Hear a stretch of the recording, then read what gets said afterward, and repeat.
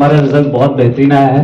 North east topper हम आए हैं विथ ऑल इंडिया रैंक 455 और पैन इंडिया लेवल पे जो एलन का रिजल्ट रहा वो बहुत बेहतरीन रहा है। इस वर्ष एलन से रैंक 1, रैंक 2 एंड रैंक 4 आई है और हमारे सेंट्रल लेवल पे एलन गुवाहाटी से हमारी जो बेहतरीन रैंक है वो है 455 और साथ ही साथ ज्योतिषमान सैकिया नॉर्थ ईस्ट टॉपर है। इस वर्ष हमारे 99 परसेंटाइल एंड अबव 25 स्टूडेंट्स हैं और 95 परसेंटाइल एंड अबव 104 स्टूडेंट्स हैं और 90 परसेंटाइल एंड अबव 172 स्टूडेंट्स हैं। तो हम अपने ही रिजल्ट को ईयर बाय ईयर और बेहतर करते हुए आ रहे हैं और माता रानी से यही आशीर्वाद हम लोग मांगते हैं। हमारी पूरी टीम लगातार मेहनत करते हुए आगामी वर्षों में भी और बेहतरीन रिजल्ट ले आए। नाम ज्योतिषमान सैकिया। मैं एलन गुवाहाटीर पৰাই নিজৰ প্ৰিপাৰেশ্যনছ কৰিছোঁ। সো 100% যেনেকৈ টিচাৰ্ছতে যি ক'লে সেনেকৈ প্ৰিপাৰেশ্যন কৰিছোঁ। And then recently JEE mains 2024 ছেশ্যনত মোৰ অল ইণ্ডিয়া ৰেংক 455 আহিছে উইথ পাৰ্চেণ্টাইল 99.98 পাৰ্চেণ্টাইল।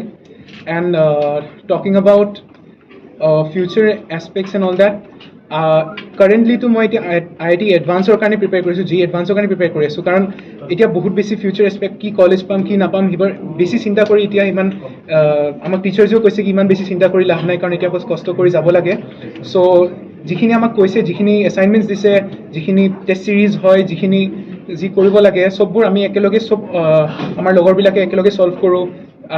প্ৰিপাৰেশ্যন হিচাপে আমি সেইটোৱে কৰোঁ কি নিজৰ মাজত ডিছকাশ্যনছ কৰোঁ, টিচাৰ্ছৰ লগত ডিছকাশ্যনছ কৰোঁ, ডাউটছ লওঁ এণ্ড দেন সেইখিনি আৰু মানে নিজৰ লগত এটা পজিটিভ এনভাইৰনমেণ্ট লৈ পেলাই আমি কামখিনি কৰি যাওঁ। আৰু কিমান সময় দিছিলা তুমি প্ৰিপাৰেশ্যনত পাৰ ডে?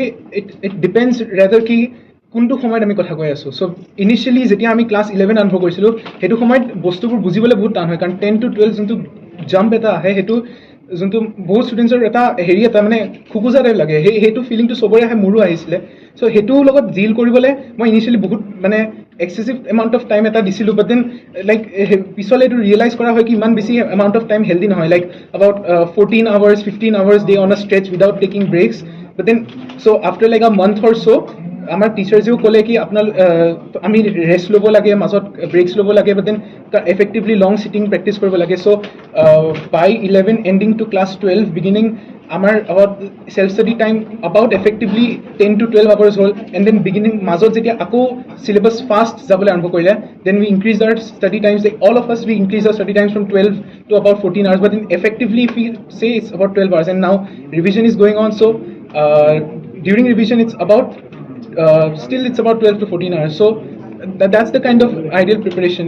কাৰণ always পঢ়া শুনাৰ মাজতো অলপমান সময় টাইম হ'লেও কি কয় মাথাটো অলপমান হেৰি হৈ যোৱা যায় কি মনত কিবা আহি যে ডিষ্ট্ৰেকশ্যন এটা হ'ল, কিবা বেলেগ থট আহে। চ' সেইখিনি টাইম যদি এক্সক্লুড কৰি then it's about 10 to 12 hours.